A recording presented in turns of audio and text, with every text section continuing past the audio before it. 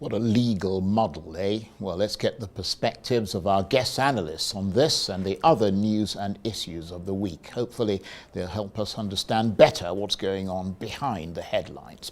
And they are the policy strategist and group CEO of the global investment and trade company, Baba Yusuf, and the public affairs analyst, Abba Kaka. Thank you very much indeed for... Sorry, I don't mean to laugh because we're about to discuss some very important issues, but I saw the way your eyes bulged when you saw the way your name was spelled up on the screen there. You're thinking he couldn't possibly be making that mistake again. Anyway, thank you very much indeed, gentlemen, for coming in. Let me start with you, Baba Yusuf. I'm sure you've been following developments in Kano State, where you're from, and where you have affiliations with the Emir's throne there. Yes. What sort of difficult question does what has been happening there up to and including yesterday's court decisions raise for you? Well, like I wrote in my column of today, Charles, the topic of the column is Kano Emirate tussle and the future of traditional institutions. In my opinion, the outcome or the process as it is and the outcome of the power tussle or royal rumble in Kano will be the precursor of what will happen to the other traditional institutions in Nigeria, which has been set, the precedents have been set in right from the time Emir Muhammad Sunusi II was, facing those challenges in 2019 to date. And then remember, at the twilight of the administration of Governor Yahaya Bello in January this year, he dethroned two emirs that have been critical pillars of tradition, culture, and values in Kogi, including the emir of Kotongarifi, and suspended another one indefinitely.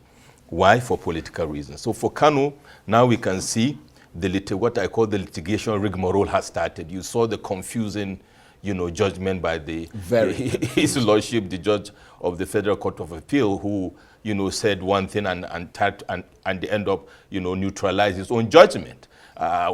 Knowing that we have an issue of jurisdiction that is sitting at the Court of Appeal. But some of us anticipated that, the kind of judgment that will come from the Federal High Court in this case, because remember, there is also a suit before the Kano State High Court instituted by the Kano State government and the State Assembly, obviously trying to counteract what is happening at the Federal High Court, which is another, manifestation of the sordid situation of how the judiciary has become highly predictable, and people can actually procure positions and even predict what is going to be the outcome.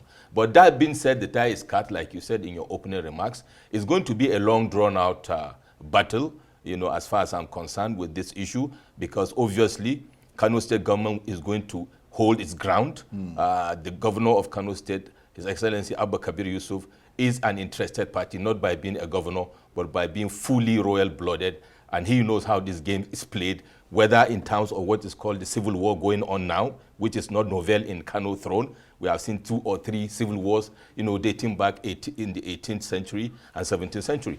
But going forward, we can see the interference of federal government in this conversation. And I have also mentioned the short to long-term political consequences of the actions that are taking place in Kano vis-a-vis the seeming interference by federal government and what is going on in Rivers, build up to the 2027 elections, because I tell you, Charles, it's not going to be 1 + 1 is equal to 2 in 2027. If people do not take note of what happened in 2023 with the political, consciousness of Nigerians and the obedient movements and other variables and the Konkwasiya movement in Kano, and build up to what has happened in Kenya with William Ruto, imagine, and how Ramaphosa, struggled to get back onto the throne. Not to talk of Senegal. Not to talk of Senegal. Thank you very much. It shows you that power of incumbency is actually becoming not so fashionable. And I think the strategists you know, at subnational and especially at federal level for the ruling party, should not think that it's going to be the same mechanical approach. There are new variables, the consciousness of Nigerians, the socio-economic vagaries, and these are distractions for people that are supposed to be focused in bringing us out of socio-economic doldrums. Because if you ask me, I don't know whether if the 5 Emirates prevailed, or the consolidated Emirates prevail, even though I'm an interested party, I don't know how that will impact in the socio-economic well-being of Kano people. That's a very good point, and I will come back to that. But let me come to you, Abba Kaka. How do you see what is happening in Kano? Is it your sense that the position of Mohammed Sanusi II is sustainable in the face of all the challenges, not just from those who've been deposed, but as Baba Yusuf said, the previous governor, Abdullahi Ganduje, as well as possibly the APC, which Ganduje leads, and some would say, as Mr. Yusuf pointed out, the federal government? Well, we need to understand the genesis of this problem. It came when the former governor, Ganduje, used the House of Assembly to depose Emir Sanusi. And it came back haunting him and others now. So as leaders, we need to take decisions not based on political expediency, which Ganduje used, but for the good of the people, and in this case, for the good of the Emirates of Kano. Having said that, the ruling itself is a bad day for the judiciary. Again, just like the fiasco that took place in the Yahya Bello case. It's very confusing, as you said, and it's very, very contradictory. The same judge gave an order that the law is valid and legal, yet the actions taken by Governor Abba Yusuf is null and void. This is extraordinary, and a Kano layman in Kano will call this one like a wuru-wuru judgment, which is like a kangaroo judgment. It doesn't make sense at all. You know, as if he's playing a script, the judge that is. And I saw a document today that even shows 2 different signatures of the same judge on different rulings. So I don't understand that at all. But anyway, the judgment itself is really, really contradicting himself. Right. I think your phone's going off there. And at the same time, which is rather at the same distracting. time, yeah, sorry. At the same time confusing even the legal minds that you have called to come and give you some of the rundowns on this judgment. You know, some of them could not. Yeah, it absolutely boggled the minds of even the great legal minds. I saw you with great mind, Femi Falana. Yeah. It was yesterday, and other senior advocates of Nigeria on this case. But, you know, the judiciary needs to do a lot of cleaning up. Right. And we cannot continue to be in the situation that we are in. You know, last time I told you, you know, some of the judiciary or some of the judges or courts have become like a transaction centers, which is very unfortunate. It is indeed. You go to court to get justice. And in this case, both the claimants are in limbo. You know, you don't know whether it's on the right or on the left. Absolutely. But the judgment itself, you know, as contradictory as it is, shows that Sanusi is still the Emir of Kano, and he has also given some of the prayers of the Kano state government, like stay of execution itself, and handing over the case to another judge. And, well, they said he's going to the appeals court. So let's see what the appeals court will determine, because they're supposed to give us justice. Yeah. Well, we'll watch that and see. And whilst you put your phone on silent, so it stops sort of silent, buzzing, okay. let me come back to you, Baba Yusuf, because you are a Kano man. In terms of who's got popular support in Kano, where do you think the sympathy of the public lies there? Well, it will be a bit dicey to speak to that directly, except I use let me use an indices, because obviously politics have divided the House of Dabo. So I will use political, variables. Right. Or maybe let me put it this way. You talked about a royal rumble. Yes. I thought that was a lovely term, Absolutely. by the way. Okay. But you are a member of the royal group of Kano. How disruptive has that been to the membership of that royal group? Okay, I will still answer that, and I'll answer this quickly. Yeah. Politically, you can hazard a guess as to popularity politically. Just go back a little bit and read the numbers of 2023 elections, because obviously it's divided between Ganduje and Kwankwaso, as far as Kano is concerned. And that will tell you who drags the numbers now. Yeah, but that might be different in terms of how they feel about the traditional seats. You see, Kano. Charles, you see, the way it is, largely so, whether we like it or not, the Kano Emirate have been politicized. Right. The sentiments driving the agitation. Now, you have three categories of people. People that are doggedly loyal to the Kwankwasia movement.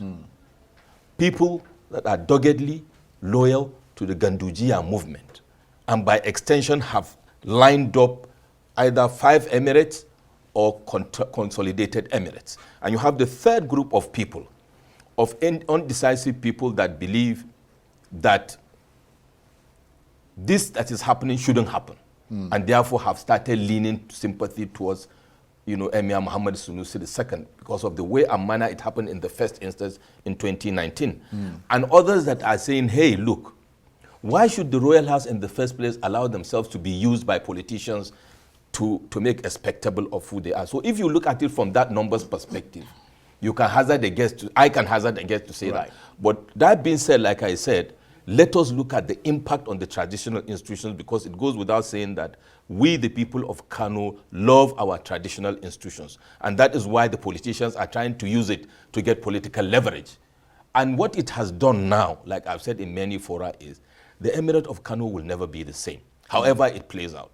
Because these wounds are so deeply inflicted. I've told you, we have experienced civil wars in the Royal House of Kano, 200 years ago, 100 years ago, or what. And we've been able to have leaders that come later as kings to consolidate the royal house and move on. And the last one was His Highness of blessed memory, Alhaji Ado Bayero. Muhammad Sunusi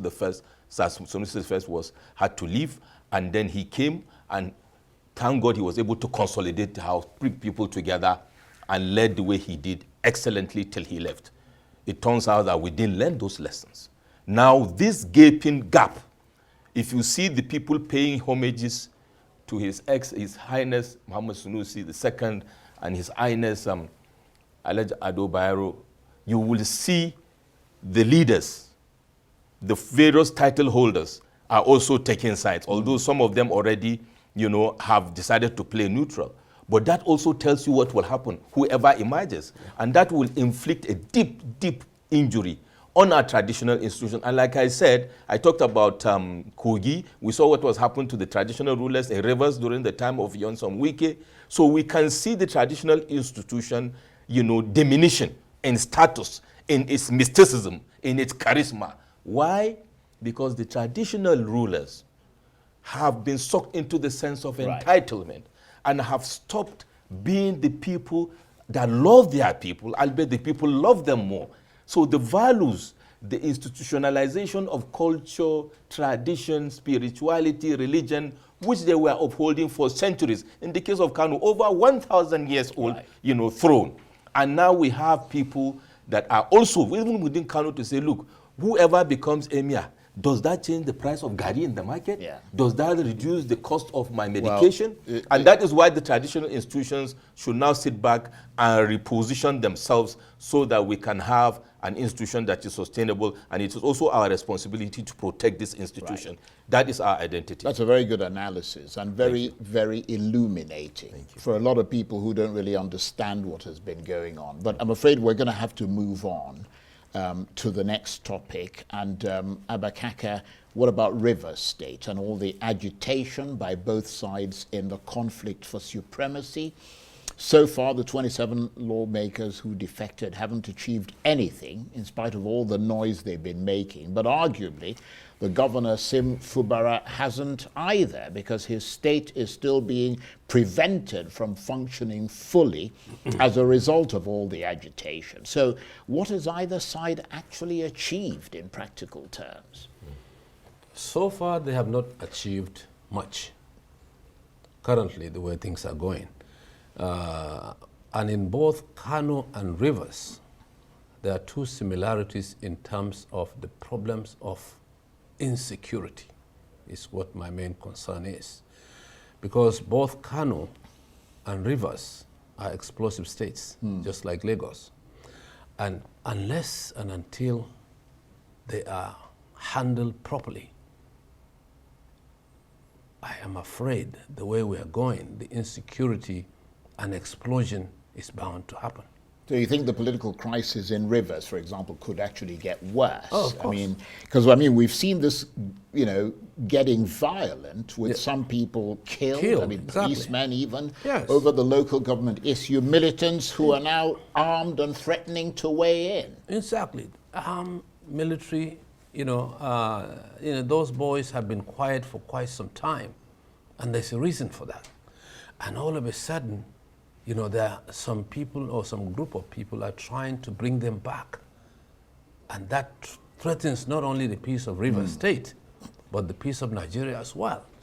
But that is why you need an independent judiciary to handle matters, just like you said earlier. Among other things. Among others. Including, but the security services and so on. Exactly. Right. If you don't have an independent judiciary, or you don't have a judiciary that the common man can trust,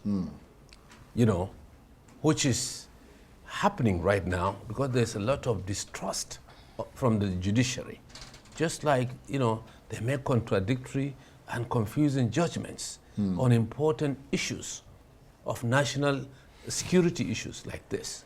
So in Rivers, the High Court has already ruled that those who defected have technically lost their seats.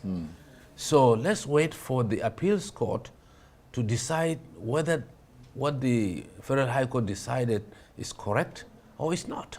Yeah, but the thing about it, Baba Yusuf, is that there are two elements to this. As he correctly pointed out, there is the judicial, which is absolutely essential, but there's also the political, which is absolutely critical. And just as briefly as you can, so we can move on to the next topic, do you think Nyesom Wike has the men, the material, and the intent to continue this war and continue it till the governor Sim Fubara simply can't combat it? Otherwise, he would have completely bring governance in River State to a halt. Or does Governor Fubara have the scale that Nyesom Wike has and appears to you to be prepared, at least in principle, to force the man he now calls his enemy to retreat?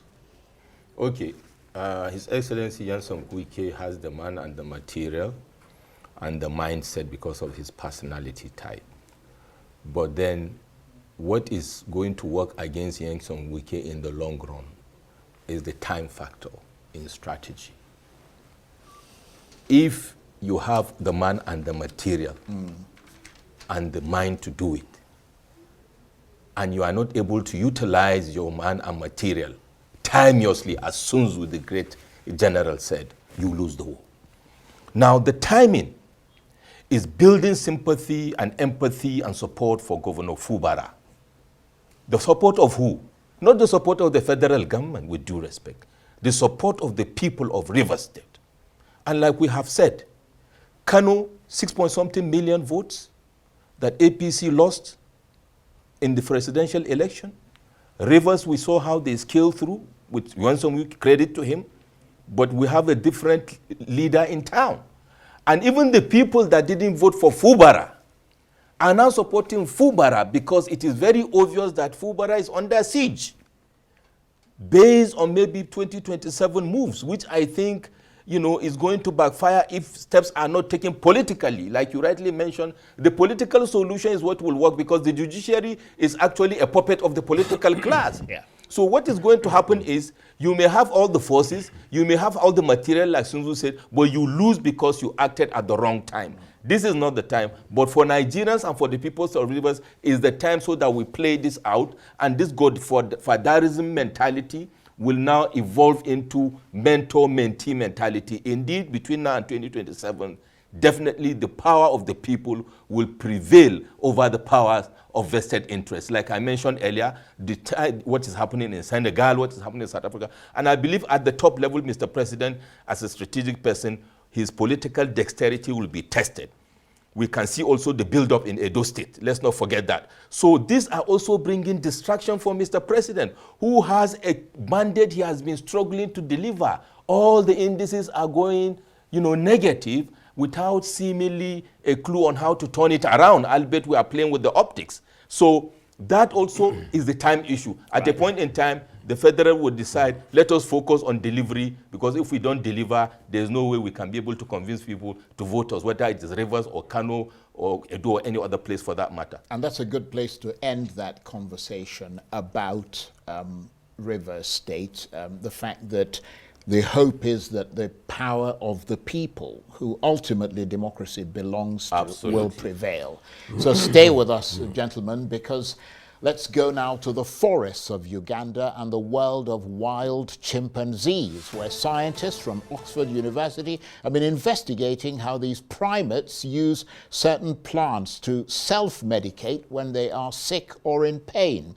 Over a period of 8 months, the scientists watched what the chimps were doing and eating and kept health data to see if they were suffering from illness or injuries. And they would select anything in their diet, such as plants or resources, that looked like the chimps were going out of their way to collect, or if they were rare or unusual in some way. Now here's the exciting part, because the scientists then took those plant samples and sent them to a lab in Germany where they were tested for medicinal properties. And they found that nearly 90% of them had strong antibacterial properties, and nearly 40% of them had strong anti-inflammatory properties. What is fascinating is that these plants were not known for that, but were new to the researchers and the pharmaceutical industry. So this research vastly expands what the industry knows about medicinal repertoire, and we learnt it from wild chimpanzees. Challenges that chimpanzees normally face is if flu-related infections. Then as they get old, cardiovascular failures. They normally get problem with the heart. That is when they get old. So when the leaves get into the digestive system. Of parasites. Sometimes you'll see chimpanzees sneezing and coughing. They'll have a runny nose. Other times it's more difficult to tell. So other times chimpanzees might be suffering from a bacterial infection or some sort of internal ailment that is not necessarily obvious. And so we collected samples in the field, urine and fecal samples, and we looked at You get the gist of it. It's extraordinary, and the two of you are here. You followed this story, and I know for a fact, Baba Yusuf, that you are somebody who actually likes. I mean, you've dealt with animals a lot. You've got your own sort of animal menagerie. Yes. But let me ask you first, Abba Kaka, just to go further into the research. The scientists would watch the chimps clutch their stomachs or watch them seem poorly or limping or something, and then the chimps would go for a certain plant and would appear to get better after eating it. And these were plants that were not a normal part of their diet, but they would only seek them out when they are sick or wounded. How amazing is that? That is amazing because the power of God is amazing.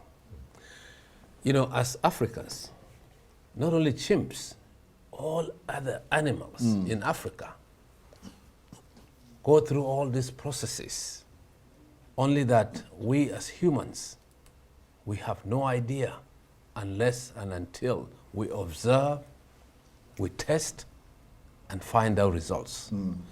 But remember, our great-grandparents and even parents, lived through this life in Africa, where all medicine itself, the root of all medicine is in the forest. And even when I was growing up, I used to go to the village and, my grandparents used to, go through all this in farming. But you're a human being. Yeah, of course. We're not amazed that your parents knew all this. Exactly. But we're absolutely staggered that animals can identify this. So let me ask you, because I'm really sorry, I didn't mean to interrupt you, but we've got to move on fairly quickly because we're almost out of time. We have somebody else coming in. Okay. The key question, Baba Yusuf, is how do the chimps know this? And how did they learn it? Did they learn it from their elders within the chimp community? Or is it centuries or decades of experience? I mean, how? That's the key question. You are right. I'm a connoisseur of animals, interestingly birds and some animals. So I'm saying you own a rare eagle. Yeah, I have, actually it's a desert falcon. It's a 4-year-old desert falcon, and I have it in my residence in Dubai. I have over 150 doves and pigeons. I have different varieties of parrots, and I'll talk about parrots and this self-medication. Very briefly, because we're almost out of time. Adaptation and evolution. Okay, over time, like Mr. Kaka mentioned, and I think the human aspect is talking about is how we have been able to discover by trial and error. And like you said, this was passed over the generation. In this case, in the case of the chimps, or in the case of a Macau parrot, for example, you see they eat a particular type of clay to protect them from some parasites during rainy season. You see the elephants, for example, in Kenya, there's a particular kind of leaf they eat when they are heavily pregnant to aid them in delivery. Now, this is part of the evolution of these animals, of which we are some kind of animals that have evolved. So it's evolution and adaptation over time. Trial and error is what led human beings to discovery. Is the same thing that is happening to the animals. Very briefly, Kaka, because we're out of time. The researchers said that if they had to put money on it, they would say that there's absolutely some level of social learning going on here, rather than it being instinctual behavior. Definitely. Do you agree with that? I agree with that, because not also social learning, but there's a special kind of intellectualism even in those animals. Amazing, isn't it? Amazing. Because who would have thought that they are eating certain plants for self-medication? And that they know the plants. They go and pick Exactly. them. They And want- They then only eat them when they need them. absolutely. Exactly. And then When they they become need- healed. Yes, and they become leave healed. it. Yeah. It's amazing. isn't it? Amazing. So that's why Fascinating. before, thousands of years ago, we don't have zoologists, we don't have all this, doctors, doctors. So how, they die just like everybody else, but we have no idea that they're doing this. But now it's an excellent research, by the way. Well, I'm glad we brought this conversation up. It's a good way to round off on a Friday. Thank you very much indeed to both of you. Abba Kaka is a public affairs analyst, and of course Baba Yusuf is a policy strategist and group CEO of the Global Investment and Trade Company. Thank you very much indeed. Thank you.